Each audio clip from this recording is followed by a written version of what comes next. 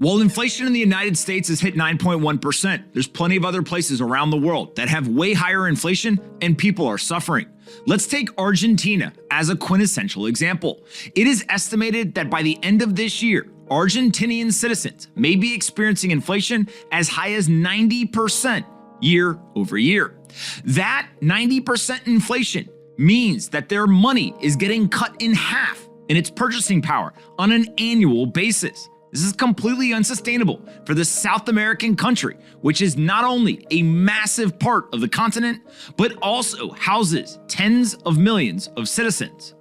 As we begin to think about the people on the ground in a 90% inflation environment, prices change day to day.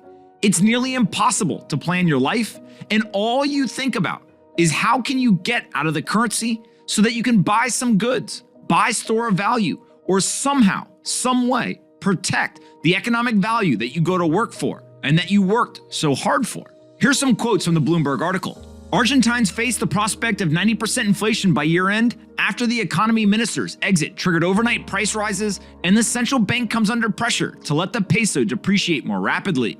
That'd be the fastest pace since hyperinflation 3 decades ago and the highest rate in the world outside of Venezuela and Sudan.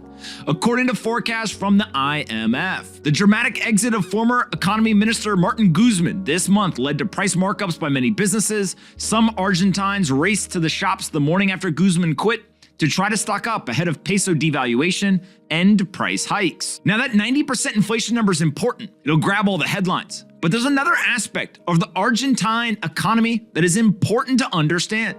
They have implemented price controls on more than 1,000 different goods within their economy. Anytime that you see price controls being implemented, it means that politicians, central bankers, and people in positions of power and influence are starting to intervene even more into the market. They claim that they're doing it for a good reason, that they want to stop price gouging, or that they want to help the average citizen. But what we know is that the free market can solve problems much faster than an intervention-driven monetary policy or solution. And so, regardless of what politicians say, price controls are a bad decision. And as we watch in Argentina, there are price controls on a lot of goods, but inflation remains out of control. All you're doing is you're putting more stress on the system and you're not actually solving the problem. I have no clue what the right solution is in Argentina. It looks like inflation is on a runaway path. The people on the ground are suffering.